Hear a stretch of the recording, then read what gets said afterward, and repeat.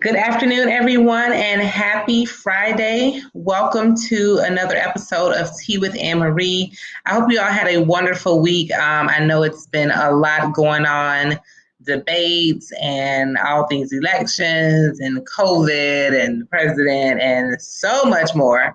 But today I have a very special guest, one of my good friends, Miss Lillian Tamayo, who we're going to bring on. She is the president and CEO of Planned Parenthood. So let's welcome Lillian. Thanks, Ann Marie. It's such a pleasure to have tea and an afternoon with you. One of my favorite people, and can't imagine ending such a challenging week with someone other than you. So thanks for the invite today. Thank you. So for those there's some people who are aware and some who are not, because I don't know if I made like a big announcement. I think I made an announcement, but So I am honored and proud to be a board member of Planned Parenthood Southeast. It's really long. Southeast, North. Florida, yes. So I wanted to, because I think right now the discussion is so timely. And for those who don't know what Tea with Ann Marie is, I'm always spilling the tea on all things business, politics, and community relations. And Planned Parenthood falls today in the community relations arm of this discussion. But unfortunately, it also doubles at times into politics. And this week we saw for sure, especially during the vice presidential debate, that Planned Parenthood once again has come under attack. So I thought it was important, Lillian, as a board member and as someone who supports women's reproductive justice, as someone who supports a woman's right to choose, and as someone who just really cares about women's health and wellness, especially in communities of color, I thought it was important and timely to have you come on as a guest to just really educate people about Planned Parenthood, what Planned Parenthood is about and what it's not. Because I think there's a lot of misnomers out there. And so who better to give better clarity and discussion around such a debate at the moment, especially with the possible appointment of a new Supreme Court justice. So Lillian, why don't you start with just telling us a little bit about who you are? Thank you, Ann Marie. And before I even kick that off, it is such an honor to work for an organization that represents such core values and to lead with board members that have the passion and the dedication to the community that you do. And the work that you do every single day in communities of color, in building sustainable communities, in building up healthy families. I applaud you and I consider you a friend as well as an inspirational leader, and especially for what you do for young women. Thank you. Center. So a little bit about me. I am Florida. I've been in Florida for the last 20 years via Cuba, which is where I was born. And my parents had 50 states to decide where we were going to move in the late 50s. And they said, how about New Jersey? So that's where I grew up in New Jersey. I went to school in Connecticut. And before I came to Planned Parenthood, I was very involved in the mental health movement, working with adults, men, women who suffered from prolonged and severe mental illness. So in coming to Florida, it was a real opportunity to live another passion, another value-centric commitment that was important to me, which is to stand up on issues of reproductive rights. So to your question, what is the mission of Planned Parenthood? And we've been around for 100 years. We've provided care to millions and have fought education to as many and have been fierce champions for justice for all people. And that's who we are. And Every day, our doctors, our clinician, our educator, our activists, our supporters, and our board members like you wake up with one mission every day, and that's to provide care no matter what. So the fact that the vice president and many others have chosen to batter and smear our reputation is clearly a political ploy because we are a life-saving organization with scope of services. Hold on one second, Lillian. Let me check your sound again. I think it sounds like you were going in and out. Here, I'm going to get really close. Okay, that's a little better. Yes. Yes. So to that specific point about the services we provide a full array of sexual and reproductive health care. It includes cancer screenings, STI testing, transgender services, safe and legal abortion, family planning. It's the whole scope of preparing preconception. We help women plan their pregnancies so that they can have children when they're ready to have them. And we provide these services to anyone who comes through our doors, no matter what, and without judgment. People don't realize that Planned Parenthood is the nation's largest sexual health educator. And we serve over 1.2 million people in this country every year. We can talk a little bit about what we do locally in a bit, but we provide comprehensive, accurate sex education and information, and we protect that right to healthcare access. That is really core to us. So that's a little bit about who I am, about what inspires me, and also about the services that we provide every single day. Okay, so I love that you said the healthcare services that Planned Parenthood provides, and I think more than ever, healthcare is a huge discussion right now, today. It's always been, but now healthcare is being threatened as far as access to healthcare, and so for families, and this is a interesting time to have the threat of people losing whatever health insurance they have, because those who already have lost employment may have already lost their insurance. And now for those who rely on the ACA exchange for insurance, now that's a possibility that, again, with a new appointment, that could possibly go away very quickly. And so how is Planned Parenthood supporting patients who are struggling to access care during this pandemic? Yeah, such a great question, and an opportunity to educate the community about the services that we provide. So when the pandemic started, we knew that more than ever, our patients would be needing sexual and reproductive health care. It wasn't going to wait till after the pandemic. So immediately we began with our physicians and with our nurses and our clinicians and our educators planning about how to create a safe environment for our patients to be able to secure care. And we were able to not only provide that and assure that we expanded even our hours and our access, we even made available telehealth, which was another opportunity for patients to be able to access us. But exactly to your point, Ann Marie, which is we were hearing more and more from our patients that they were coming to us having lost their job, no longer having health insurance, making decisions about getting a breast exam because they found a lump in their breast or feeding their family. So we were able, through the leadership of the board and the generosity of our donors, to create a fund in order to be able to offset care needs for our patients so that we didn't have to turn our patients away at a time that they needed us the most.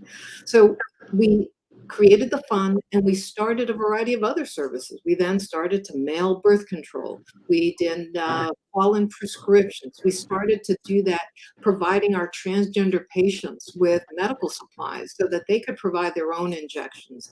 So in addition to that financial assistance, we also encountered women who were coming in desperate for care, who now found themselves pregnant without the kind of resources that they needed. So we were able to be there for them and to help facilitate their travel and their lodging if they needed to, because women were coming as far as Texas.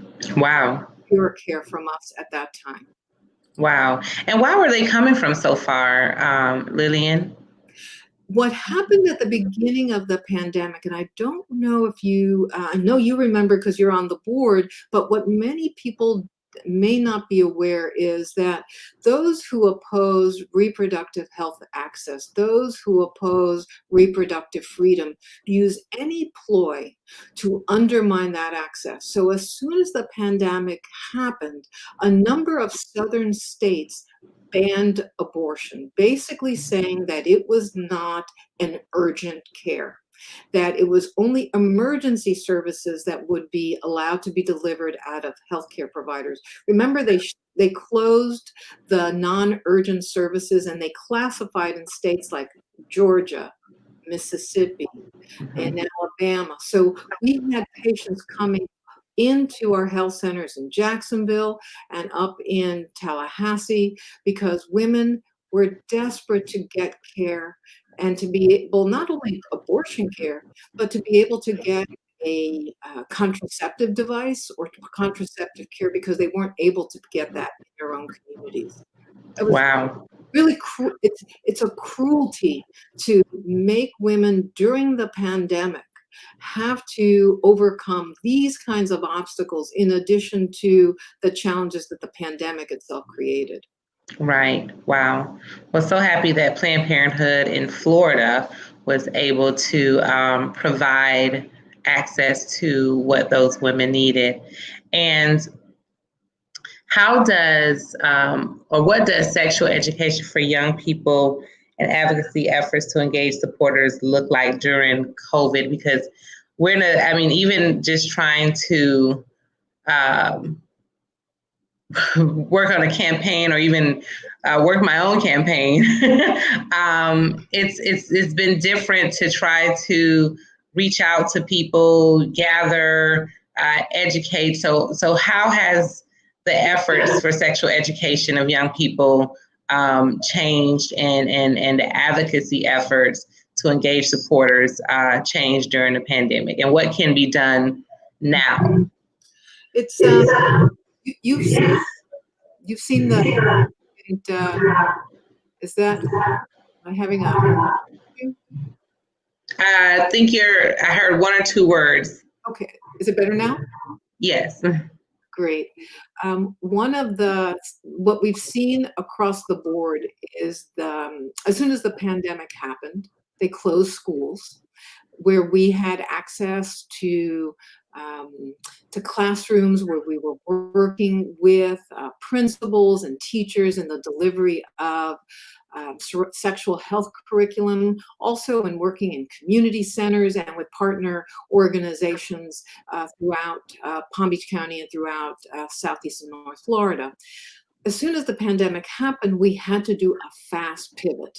Just as schools had to go to Zoom and to digital and virtual, we did the same. And it was it was creative, adaptive, innovative, to move the curriculum over to the ability to use Zoom and the technology, and especially around sexual health. And we were able to not only do that for the education, but for our advocacy, we were able to use very sophisticated tools for digital organizing, for creating phone banks, for reaching out, hearing directly from candidates in ways that prior to that, whether if you were working or you couldn't travel or you were running late, the technology's actually allowed us some greater access. It's not as delightful, I'm the first to tell you, than sitting with a room and having real tea, but it is an important vehicle, and we've seen great success with it. So we're continuing to iterate in that way. We also, in telehealth, Anne-Marie, we are able to provide more care as a result of it. And it is so important to be able to see someone or to provide the care, even if it isn't in a one-to-one space, to be able to do it from a telecommuting arrangement. And here's the other thing. Young people live on phones. They use their phone as their primary tool in their vehicle for. Yeah. So for us, it was an easy platform shift. Okay, good. And I'm still having, I don't know if we should try your earphones again. I don't know. Because I do want to make sure everyone gets what we're talking about here. It's so important. Yep. Let me try something else. Let me try. Okay.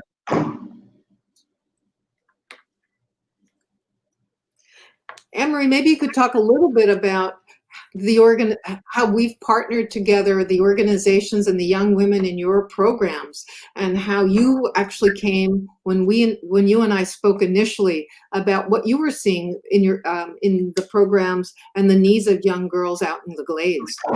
Absolutely. So for those who are not aware, which many are, any issues pertaining to women and girls are one of my personal missions to work on.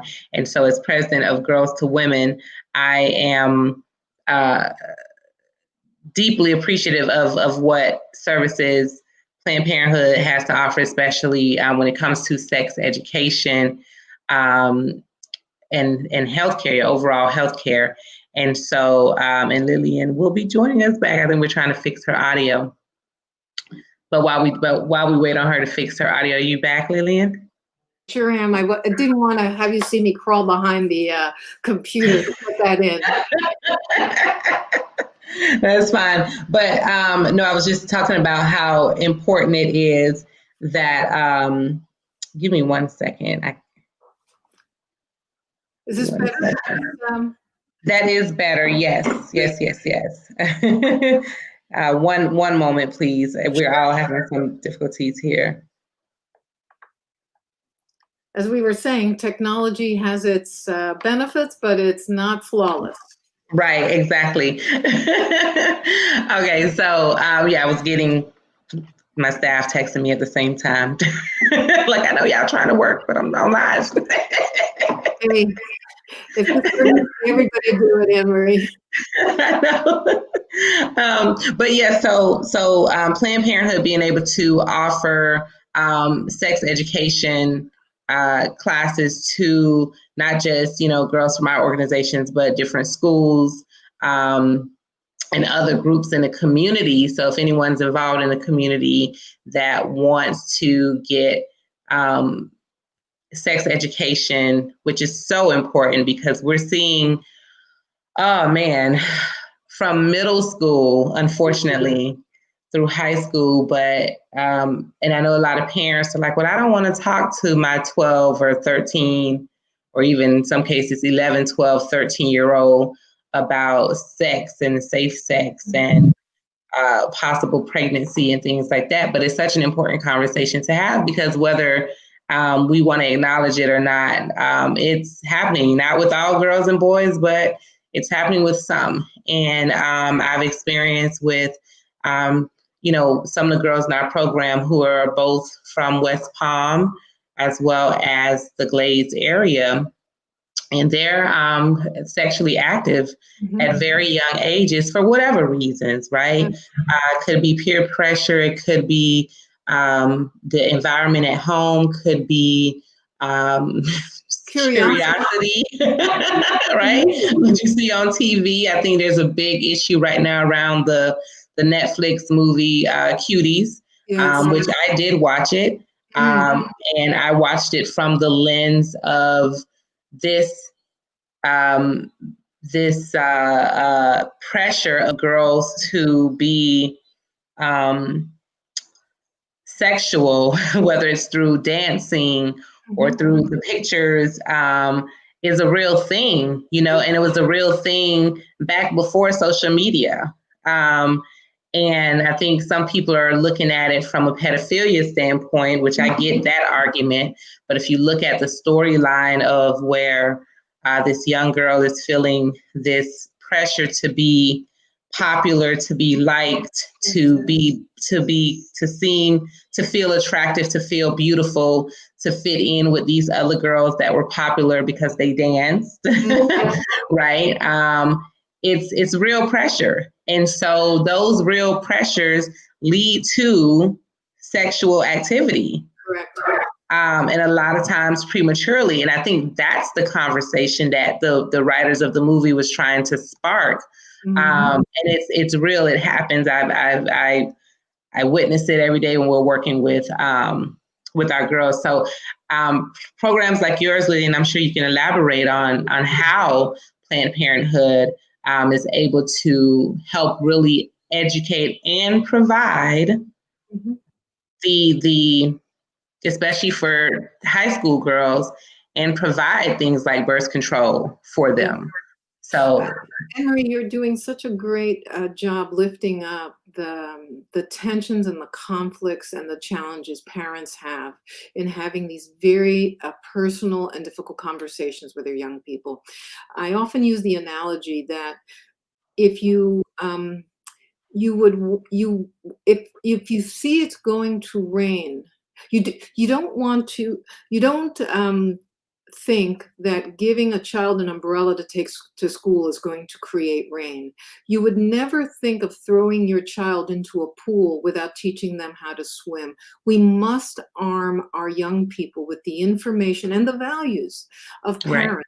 In order for them to be able to negotiate in an environment that is so sexualized and so targeting of young women, exploited, just as you described, and the pressures that young women face. So one of the things we do, we provide, and this is like the public service announcement, Teen Time Service. It's a free service to young people up to the age of 18.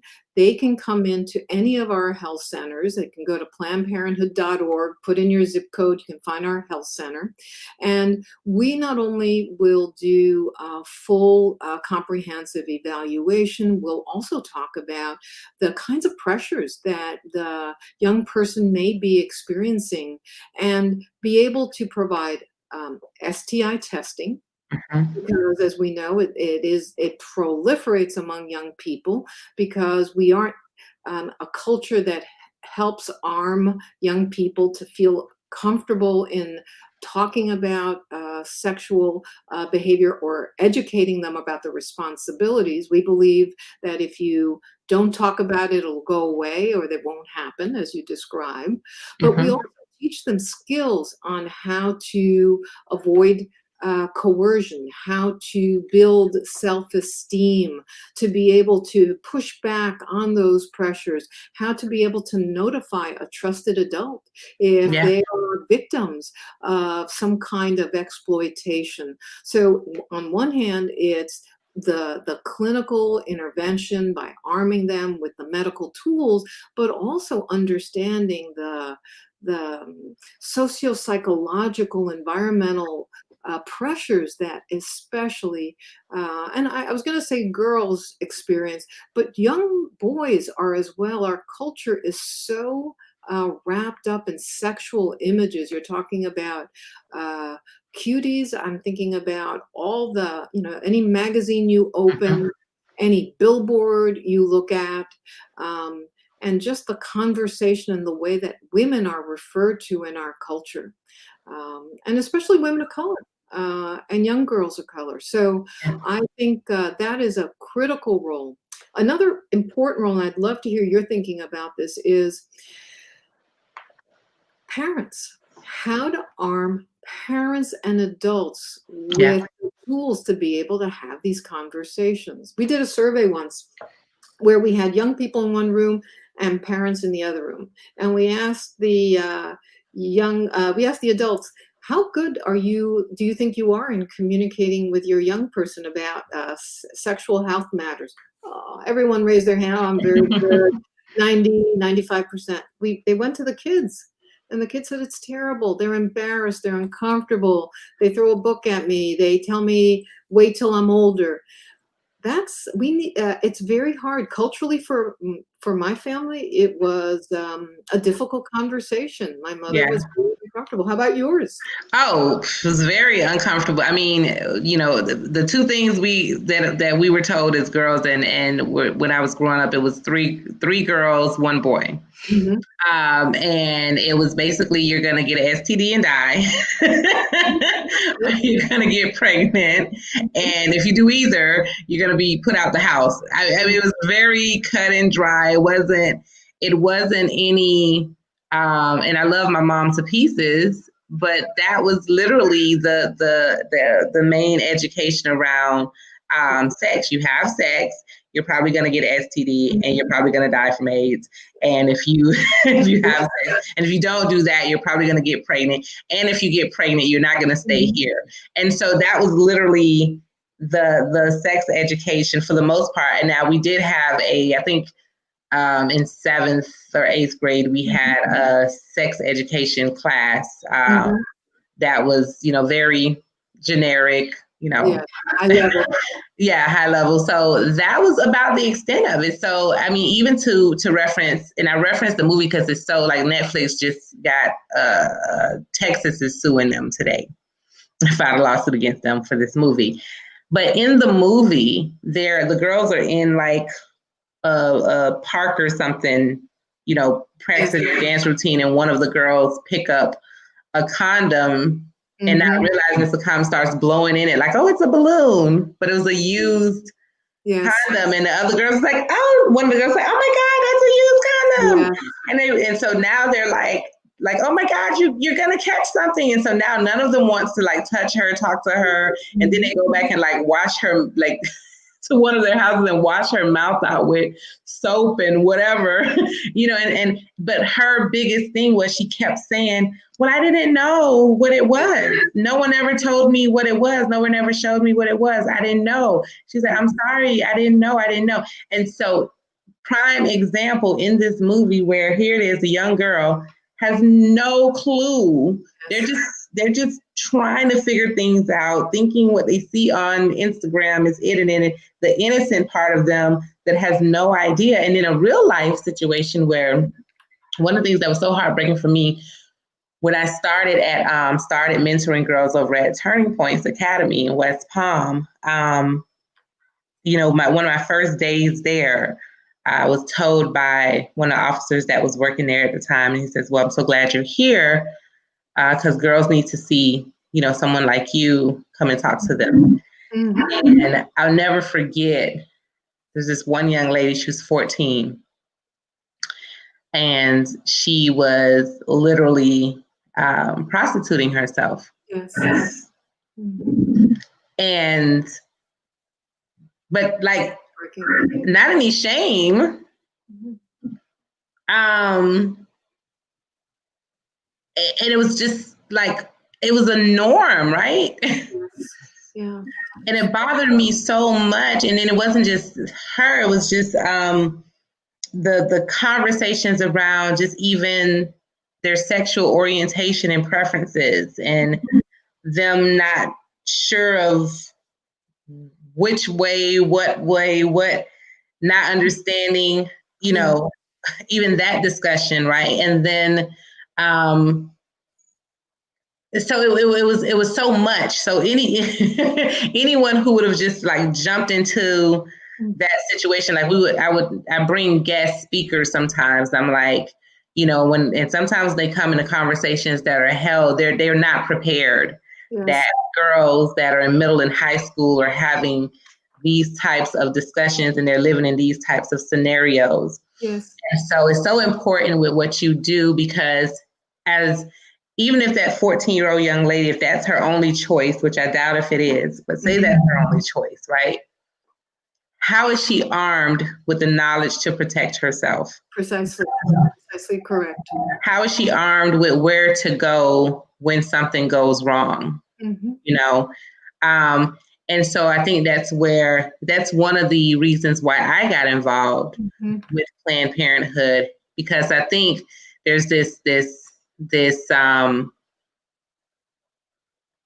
the conversation around Planned Parenthood is always about just abortion. Yes.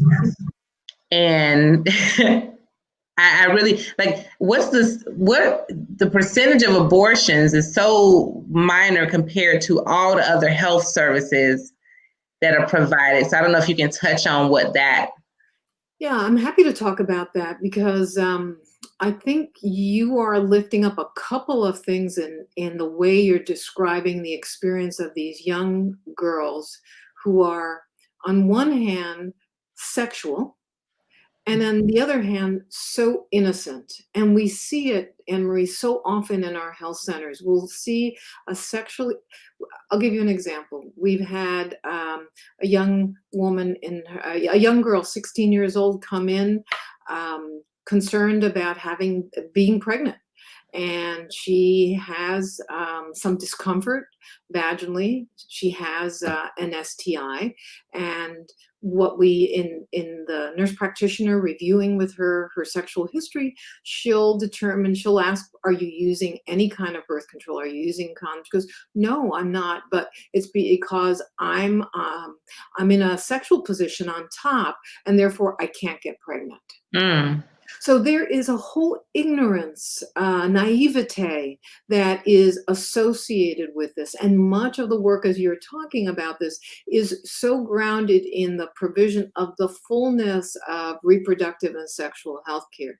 And I'll say this in any forum, we're proud to be abortion providers because we will not allow our patients to be shamed for the choices that they make. And our staff are heroes for providing the care with the kinds of attacks that people who believe that they should be attacking them and inserting themselves in these decisions. But right. To your point, the lion's share, approximately 90% of the services we provide are preventative in healthcare as well as abortion care, but it is not that gets showcased. Right. But it is abortion's often used as the tool to really stigmatize women. And honestly, these are deeply personal decisions. No one walks in each other's in a woman's shoes to make those decisions. And honestly, the last place government should be right now is inserting themselves in that private space between herself, her doctor, and her God. And actually, I think government should really be thinking about looking at COVID interventions or a little bit around economic relief for families. And certainly, as you started at the top of this hour, not attacking the Affordable Care Act and harming those who are benefiting from the health care that we receive. I think one of the serious concerns that you're also raising is that we're seeing a disproportionate impact of these health outcomes in communities of color. Yeah. And in poor communities, and in our, as I look around, it's young women especially, are experiencing higher incidence of breast cancer, uterine cancer, or having complications of pregnancy. You'll see this more often among Black women, Hispanic women, and that's a function of two things. One, it's the institutional racism that has been so prevalent in our society, American culture, and two, lack of access to healthcare. Yes. And we see it in the clades, don't we? We see this routinely. I'm here in Miami right now, and there are pockets of this community that are just so underserved and have historically been underserved. But that's a fight we can't give up on. Oh no, we can't. We can't. It's interesting. And I'll go back to the healthcare. I just want to show this comment from one of our listeners. I've had debilitating migraines since I was 10. If someone had told me birth control would stop my cycle, I would have started years earlier. Hormone services can also be life-saving for trans folk. Absolutely. We were so proud to be able to start services for our transgender community a year ago. And we're providing it now at all 11 of our health centers. So we provide them in Miami, in Broward, in Palm Beach, all the way up to Jacksonville, Gainesville, and Tallahassee. And with the pandemic, we were even able to expand that care with the telehealth function. So, because that's a community, Ann Marie, talk about stigma and judgment. Yeah. It is what our trans brothers and sisters experience in healthcare is a level of both ignorance and prejudice, and especially trans people who are of color. Yeah. I was just reading, I think it was just yesterday, or day before yesterday, another trans woman was killed in Georgia. Yes. So sad, very sad. We oh my God, it's so much to fight for, Lillian. It's like, every day I wake up and I'm like, where do we start today? You know what? What is it? Representative John Lewis, who just passed, make good trouble. That's what we need to be doing every single day. And it's raising our voices. Well, you've been doing this, Ann Marie. This has been your legacy, right? I mean, you have been fighting for good trouble. 18 years. Well, probably more than that. I mean, it's so interesting. I was going through some old documents from high school, and I read a few of them to my niece. She's 25, and I was on the phone with her, and I was reading some of the papers I wrote in 8th grade. One was on racism. One was on babies having babies. One was on black crime. And it was interesting because I'm like, oh my God, I was writing this stuff in the 8th grade. So I was like, oh, I've been woke. You're a social justice warrior as a young person. As a young person, I honestly don't even know where it came from, but I've seen the injustices since then. I will attribute it to I think that the importance of literacy. And my English teachers that I had in Pahokee, and they were really good about the books that we read. So To Kill a Mockingbird, W.E.B. Du Bois. We read about Booker T. Washington and so many others, right? And I think just reading those books. And I remember, I think when I was in 9th grade, the movie Panther came out about the Black Panther movement. And so I think those are some of the things that just kind of planted some seeds. And so when I was able to start writing in my English classes about different topics, those are the things that I gravitated to write about. And so it's interesting still having some of those papers and looking back. But yeah, I've been at this for some time, high school, college, and 18 years here in Palm Beach County. I think is really powerful, which is how do you instill this kind of social justice in young people? And one of the programs that we have at Planned Parenthood is we have these teen young peer councils. And we started one a few years ago in Broward. And essentially young people go through training and through education around how they can become educators, teen health educators themselves, because we know that as you become more equipped as a leader and you become knowledgeable, you then become the go-to person for your teen cohort. So we were working with this particular model and these group of young people, and we wanted them to identify for themselves a project that they thought would be motivating, as many organizations do. And Broward at the time did not have a comprehensive sex education curriculum. Now, Mm. one of the things that you probably know from Planned Parenthood, but I'm sure the other viewers may not, is that Florida is an abstinence until marriage curriculum state. And what that means is that we do not teach age-appropriate, science-based, comprehensive education. We teach that you are abstinent until marriage. And basically the curriculum that your mother and my mother taught us, which is if you have sex outside of marriage, you will die, or you will die of disease, or whatever it is, that's what the curriculum is. So to that point, what these young people did, Ann Marie, was they identified that they wanted to be the advocates and the lobbyists for getting the school board to adopt a comprehensive sex education policy. So for years, adults, Planned Parenthood had been advocating to make that happen, but it wasn't until the young people themselves went before the school board and made the argument that their policies were impacting their health. Wow. So and the school board adopted it. Yeah. But it's a testament to young people being those social justice warriors, and then having that translate into them, into adults and into the future. So I think it's very meaningful.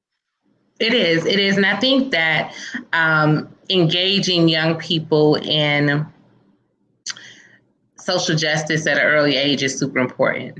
I think when they can see it and understand how they play a role, no, I cannot vote, but how can, and I think that was a great opportunity, because no, they may not vote, but if they are able to go before the school board and says, I am your constituent, I am your stakeholder, I am the ones that are here at the school. Without us being in school, there is no school, there is no need for school board, right?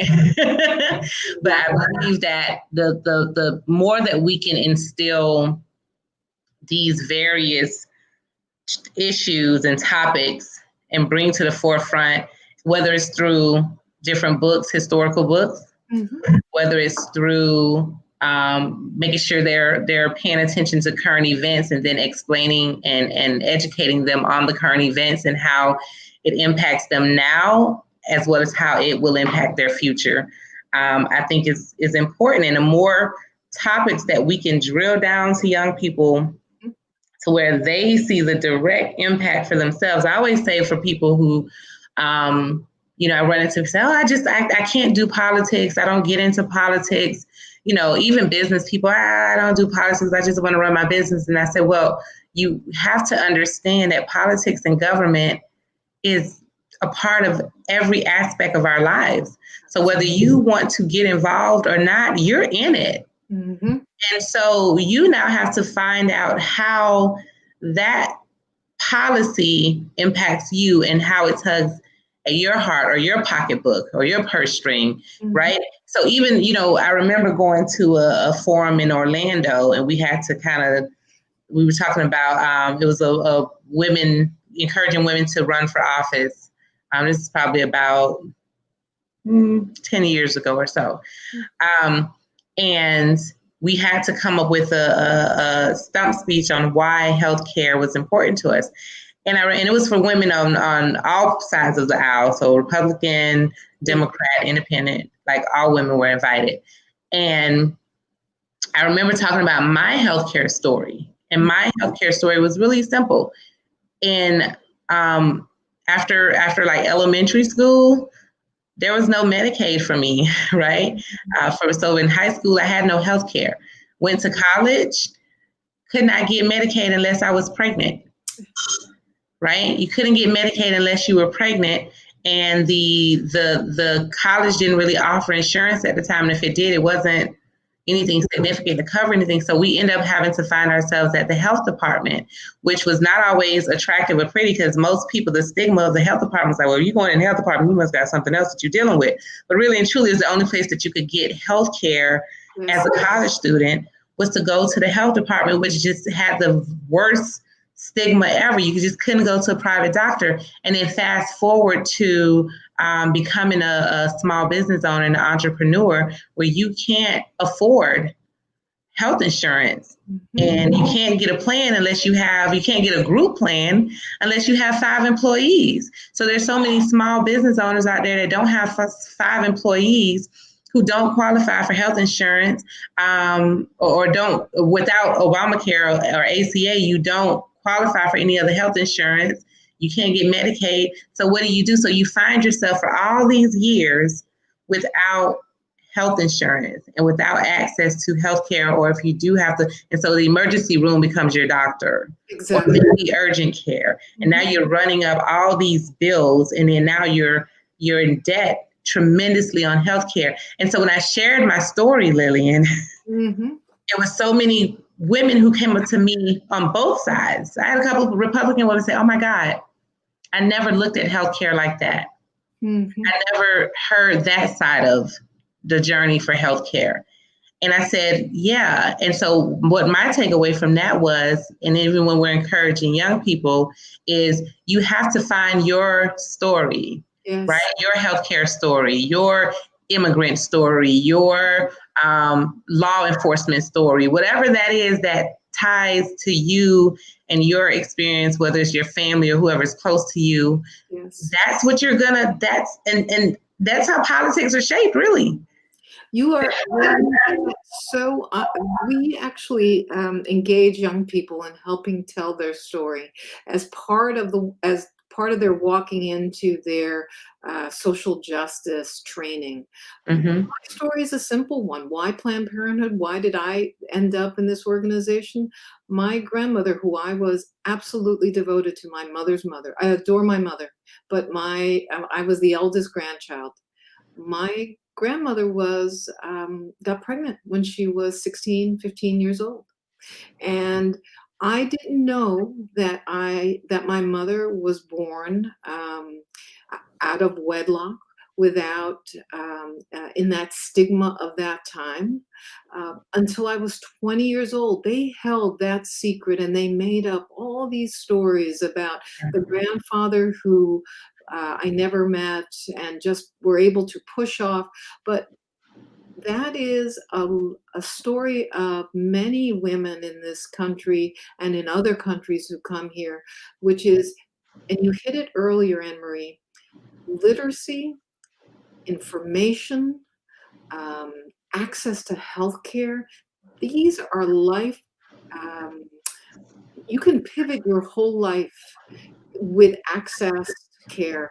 And the emergency room, the Affordable Care Act really opened up extraordinary doors for men and women in this country.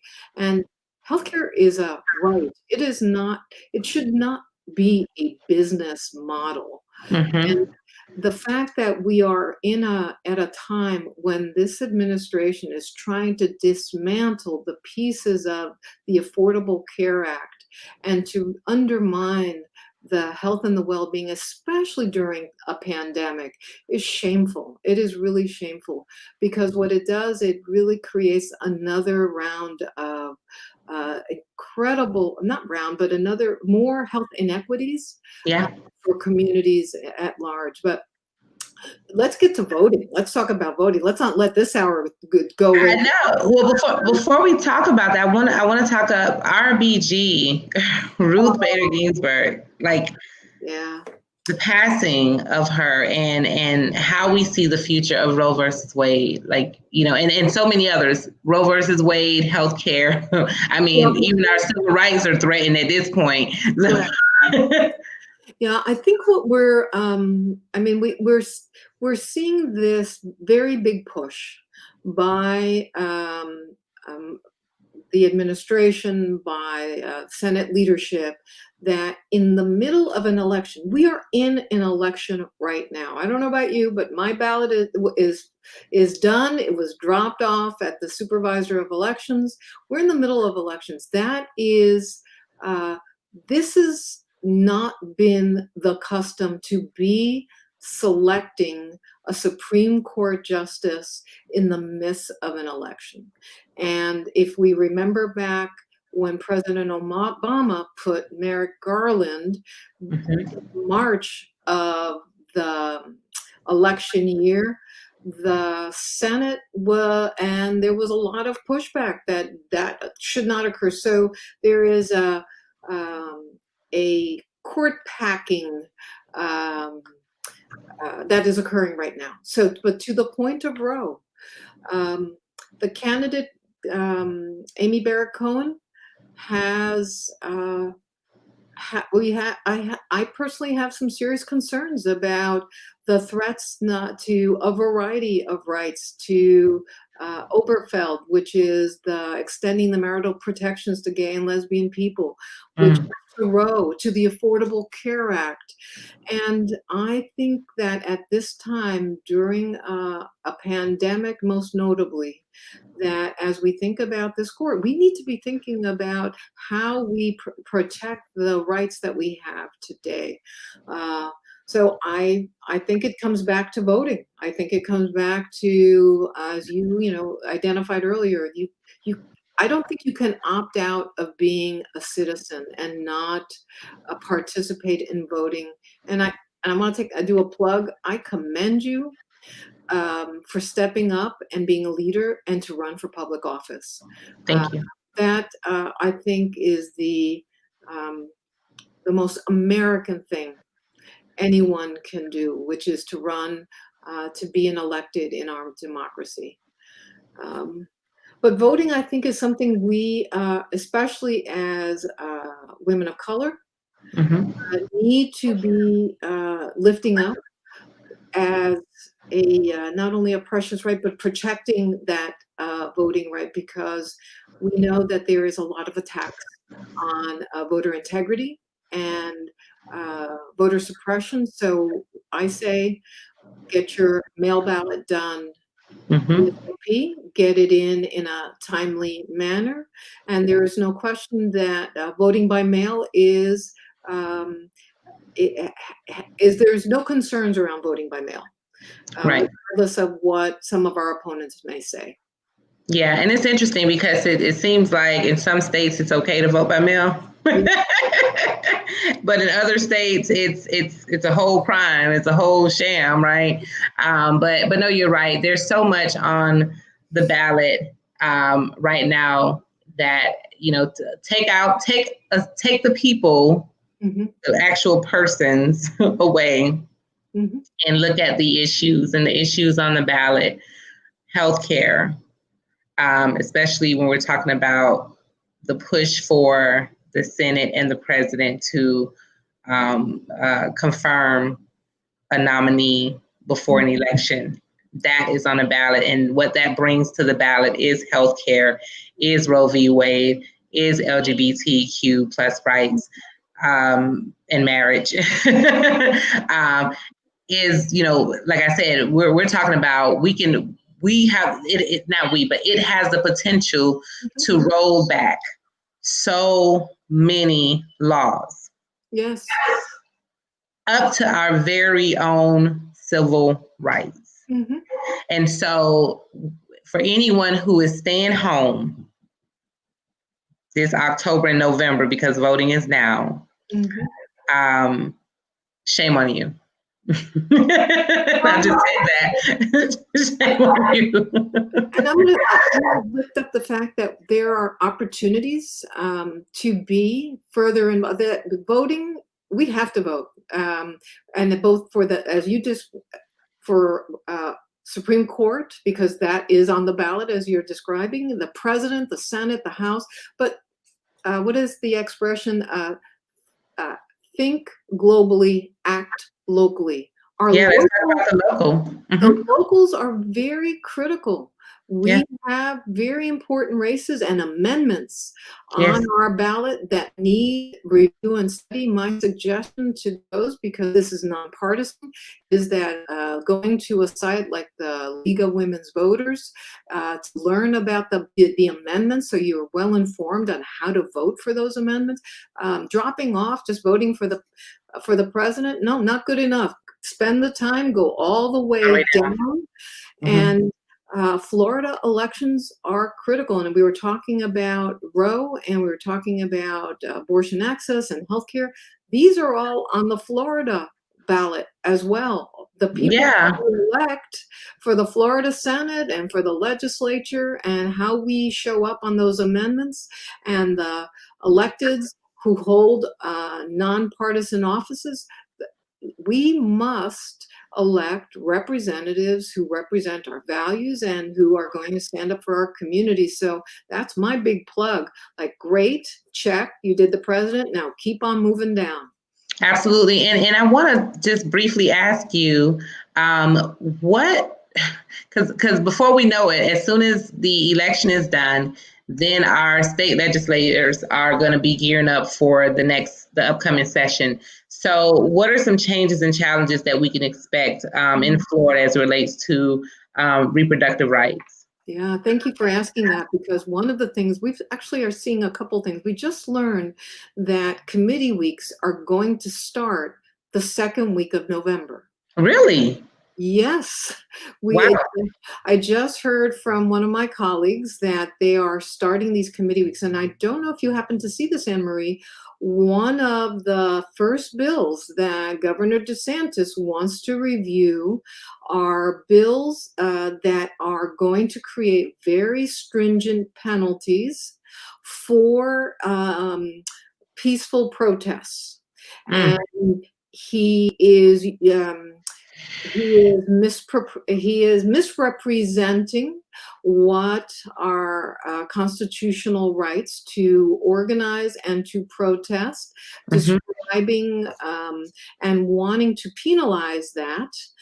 So we may see very early on in session, as early as November, a bill pass that has to do around how we, and I think about all the, especially as it relates to Black Lives Matters and the Mr. Floyd's murder and the other deaths at the hands of rogue law enforcement. So that's one. Now, as it relates to reproductive, I want to pause there for a second, because I really want people to understand why we can't allow that to happen and why it's happening. Okay, so the reason why peaceful protests, and not just in Florida, but if you listen to the dialogue, even in the vice presidential debate, in the presidential debate, and that's why they're purposefully branding protests as riots, and violence, right? When that's so far from the truth, right? Yeah, have been some rioting, there has been some violence, but really and truly, most of the people that are showing up and rioting and causing violence are Proud Boys and others, right? Yes. So, but of course, that's not going to be that's not going to be the narrative of those who want to suppress our First Amendment. Correct. Right? Those who want to suppress our First Amendment. And it's because, Lillian, so many people woke up after George Floyd. It was no longer just Black people in the streets protesting, because when it was just Black people in the streets protesting, it wasn't this major of an issue. But it's like, oh, wait a minute. Y'all bringing everybody out? Everybody woke? Oh, no. We got to put a stop to this, because that's just too much power. That's what this is really about. That is what that issue that Governor DeSantis, that bill that he wants to pass, that's power, that's control. And that's wanting to quash any kind of opposition to the kind of expression of the citizenry which we are constitutionally permitted to do. So we must push back at this with all we can, because it is our constitutional right to express injustice, as we saw with Mr. Floyd and Miss Taylor and all the other deaths at the hands of, and I say rogue, because this is the kind of law enforcement that really is out of control. And now with cell phones, we know that that's the way to lift up that story. So let me, as we're getting to the top of the hour, let me talk about where I think some of what we can expect. Okay. We've seen all throughout the country, there's usually, we'll see potential bans on abortion. We may see further attempts in Florida to cut back Medicaid and family planning, increased funding of crisis pregnancy centers. These are those centers that are switch and bait centers where women go in, get a free ultrasound, and rather than provide unbiased counseling to women, they guilt them into carrying pregnancies to term or delaying their ability to get a pregnancy. We're going to continue seeing the kinds of attacks on reproductive health care. But I think this should just reinforce all of us who believe in our in these set of values and these kinds of policies. We just have to dust ourselves off and keep on expressing our voices and protesting if we must, and take it to the streets when we can. And I thank you for sort of lifting up this hour with you and being able to just be in your company and to share in the love of this community. So I thank you, Ann Marie, for your great service to Planned Parenthood on behalf of all the patients who benefit from your leadership and the support of others. No, thank you. And thank you for all you do. Thank you for keeping us informed as board members and for leading the organization the way that you have and continue to do. And, I just want to say to everyone who's listening out there, if you want to get involved in Planned Parenthood and learn more about Planned Parenthood, Lillian, what's the website? Yep, it's go to www.plannedparenthood.org and then just put in your zip code. And if you're in the listening audience, it'll take you to how you can actually get in touch with me. Absolutely. So please get involved. And there's some folks out there that may be listening that I'll be reaching out to you. But if you do want to get involved, whether you want to volunteer, advocate, or even consider, joining our board, please direct message me for more information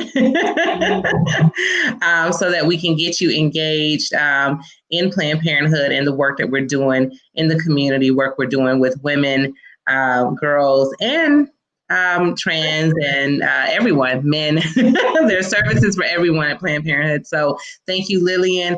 We want to encourage everyone to please, voting is happening now. Get your ballots. Fill them out, return them, make sure you sign the envelope, okay? Sign it correctly, and make sure you return it. If you're gonna do it by mail, drop it in the mail as soon as possible. If you're going to take it in, you can drop it off at any early voting location starting October 19th, or you can take it to the supervisory elections office and drop it inside of the drop box. So the ballot box outside, or you can take it in as well. So there are many ways for you to get your vote by mail ballot in. Early voting starts October 19th through November 2nd. Through November 1st.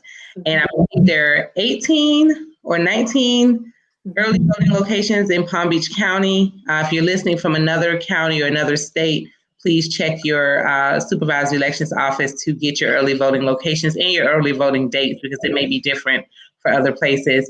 And lastly, of course, Election Day, November 3rd. What I will encourage people to do, I know many of us want to vote on Election Day, and that's fine, that's your prerogative. But if you are able to vote by mail or vote early, do so to avoid any potential mishaps on Election Day. We already see where the suppression has been happening, continues to happen as we get through this election. So I want each of your votes to be counted. Absolutely. So let's be proactive so we can ensure that our votes are counted, our voices are heard. As you can hear from just this conversation today, there's so many important issues, both federally, statewide, okay, who we vote for in our state is important. We have county-wide elections on the ballot as well as special districts. on the ballot. So, and the amendments and judges. So there's a lot. Go educate yourself, look people up, research them, look for their record, look for their track record in the communities that they serve, and make sure that you're making an informed decision about who you vote for. Elections matters, and elections have consequences, as we're experiencing right now. So don't forget to go vote. And one last announcement, please, if you have not completed the census, please complete the census. Make sure everyone in your household has completed the census. Make sure your neighbors, your grandparents, their neighbors have completed the census. It's been extended to the end of October. We have to get you counted. This is important for dollars to come back to our community, to provide the necessary services that our different cities and communities need, and different improvements. So it's important that you are counted so we can get that revenue back into our community. So please fill out the census. You can, what is the census website? I should know this, right? But if you Google U.S. Census, you can find it. It takes literally less than 5 minutes to complete. And you don't have to worry about if you have some immigration issues, they're not asking you any of that. You can still fill it out. So please do that. And tune in with us next Friday, as we'll have another special guest to be announced. We're counting down to the elections. So, of course, even with and without elections, we're still spilling the tea on business, politics, and community happenings. Thank you, Lillian, for joining me today. And thank you. Make sure you check out Planned Parenthood, everyone. Have a wonderful Friday and a wonderful weekend. Take care, everyone. Bye-bye. Take care.